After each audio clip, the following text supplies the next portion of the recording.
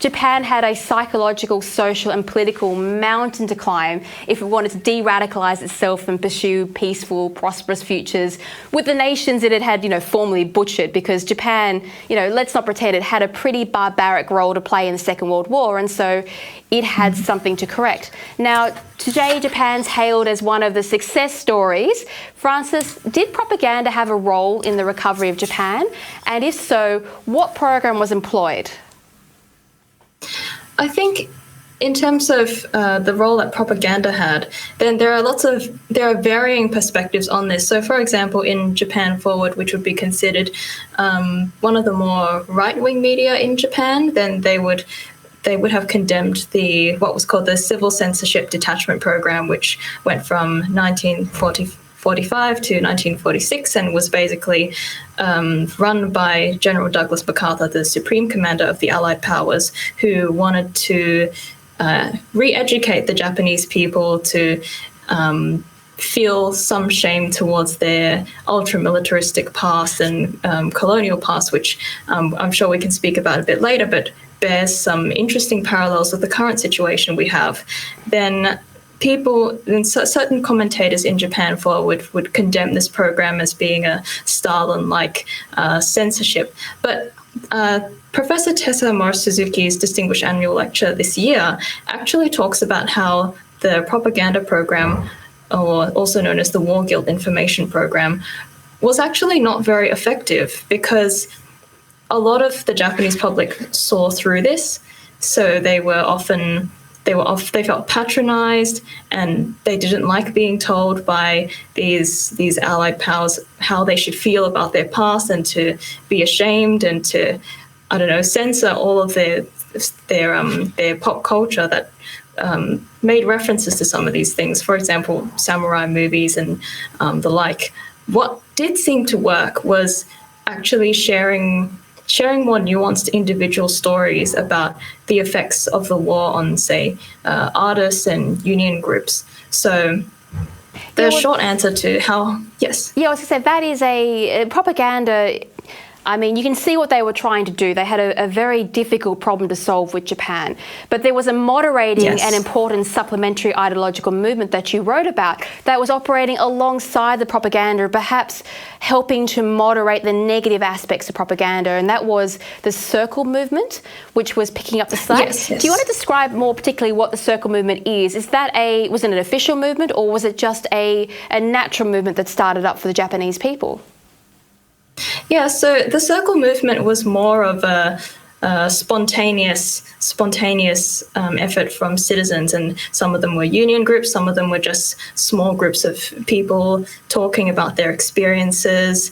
I think one of the examples that I had was former soldiers or something like that, and definitely former laborers and people like that who just, some of them developed small magazines and just shared what their actual experiences of the war were like, and how I think the main thing that the Circle movement did was that it brought the individual into focus, and it broke away from a lot of these binaries, Japan is evil versus, Japan, the Japanese public were poorly informed, and they were tricked and scammed by their government. So I think, well, you're touching on there, which is really important, which is the oppressor versus the oppressed narrative. Now, the reason we're talking about propaganda is because propaganda, I mean, it can be extremely negative, it can be on balance positive, it can be effective and ineffective, but we do know in Japan, for instance,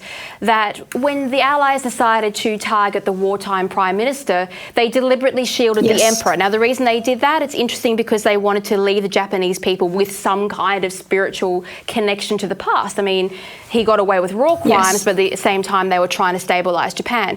Now, the reason we're doing this is because we have propaganda at work in the West right now, perhaps more so than ever before. So my question to you is, Prime Minister John Howard called it the black armband view of history. Do you think it's healthy that we are now engaging in a propaganda campaign, an unofficial, but it's definitely a campaign, inside places like Australia, where we are now being manipulated by propaganda that's coming from the top down? definitely my definitive answer to that would be it's definitely not healthy to be taking on this black armband view of history, because what has ended up happening is that it's just become this endless tennis match between, I don't know, white people were evil colonizers. No, they weren't. They were just, in a certain time, in a certain place. Oh no, but they were evil. So then I think until we can actually break out of this white-black or white-colored talk, then we're actually not going to get anywhere with these sorts of culture and history wars. And if I might add to that, that's why I think it's so apart, because at the beginning of this segment, you were saying how important it was to bring history back into the picture. But I would even add on to that and say how important it is to look cross-culturally at the way different countries have dealt with their own history wars, because they definitely follow a similar kind of structure in that there's this, for example, I'm just going to not in too much depth, but for example, the issue with comfort women in South Korea, then it bears a lot of resemblances to a lot of the victimhood oppressor politics. So we're seeing that. Yeah, there are real grievances that are left behind. Like in trying to stabilise Japan, some of the ills that happened were never officially apologised for. I mean, look at the rape of Nanking. Yes. That is never really been fully dealt with. But at the same time, China's doing its own new crimes at the same time. And so it's an endless cycle of stuff going on. But we've got Australia, we've got Marxism, which is reimagining our history right now from a position of propaganda. But I'd like to read one of your finishing statements, and I quote, this is what you wrote. Memory would prove a more efficient way to encourage people to reflect on the past than propaganda. The antidote to combative and reductive views of history is a mosaic of individual narratives that convey the full moral texture of historical events, in which the lines between victimhood and complicity are often blurry. Such stories can converge on one unifying message: we are all characters in an unfolding history who have the power to steer our societies away from vicious conflict and peaceful prosperity. Now, Francis, in your opinion, is there a better way forward than this new age of saturated propaganda that we're currently facing in Australia? I think definitely it's to look at some of the stories of people who occupied that more grey zone. So that more grey zone between victimhood and victim and oppressor. So I'll use the South Korean comfort women as an example, because I think it's easier to do these examples when they're distant from our own, a bit more distant from our own culture.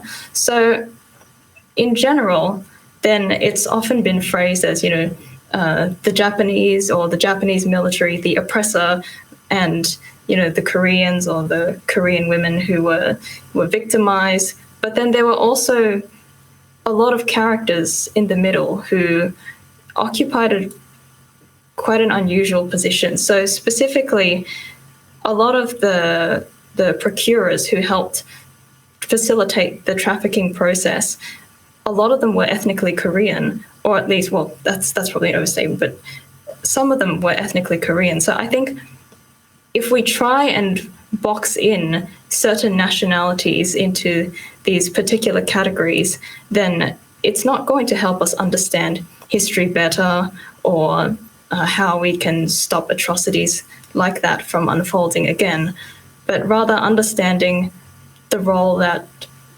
different people had, and that it's not always as simple as, this person in this group, they were the good guys, this person in this group, they were the bad guys. So withdraw from simplistic politics and perhaps indulge a bit more in history, which is what you have done with your career. You are finally bringing back some more of these wonderful stories that happened so that we can learn from the past instead of endlessly repeating its mistakes.